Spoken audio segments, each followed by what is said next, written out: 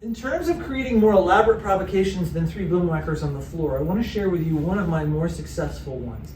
When I wanted to examine ensemble skills with children, like this question of, well, like you said, Louise, well, we're adults and we know when to play. The children don't. They're all just going to bang, bang, bang. Well, what can we do about that? So I set up a situation called starting sound, stopping sound. And I'll read it to you because it's hard to read here.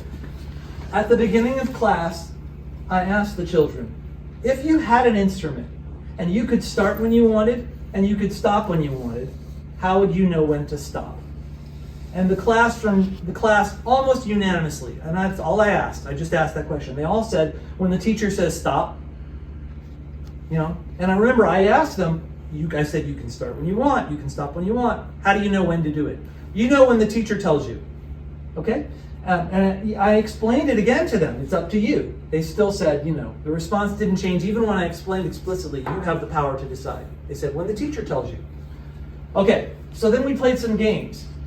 We wiggled when the teacher said go, go. And we stopped when the teacher said stop. And then we changed it up. Then we wiggled when the ukulele played.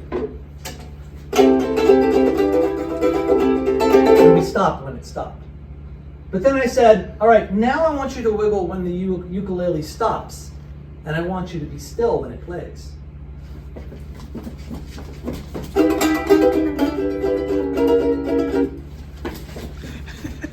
Okay? Then we all got instruments, and we put on a song. And we played when the teacher said play, and we stopped when the teacher said stop. Okay? Then I said, all right, now I want you to play when you want to play, and stop when you want to stop.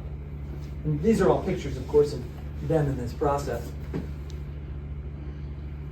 At the end of class, after we did all of this stuff, I asked them, when you had an instrument, how did you know when to start and when to stop? And you remember what their response was at the beginning, when the teacher says. This was their response 20 minutes later. Emma, I wanted to.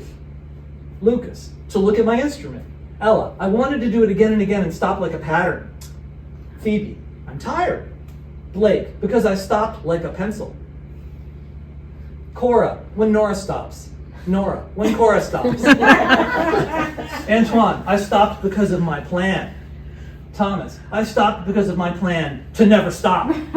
Rian, I didn't stop never.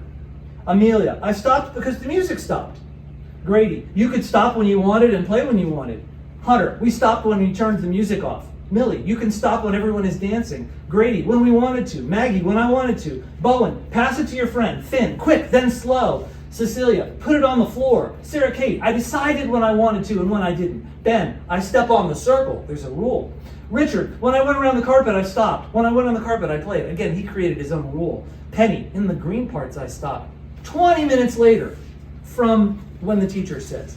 All just because we set up a provocation that gave them the idea that they actually had permission and it was up to them. And I didn't explicitly tell them anything. We just moved through this process. So this was a wonderful day. Okay?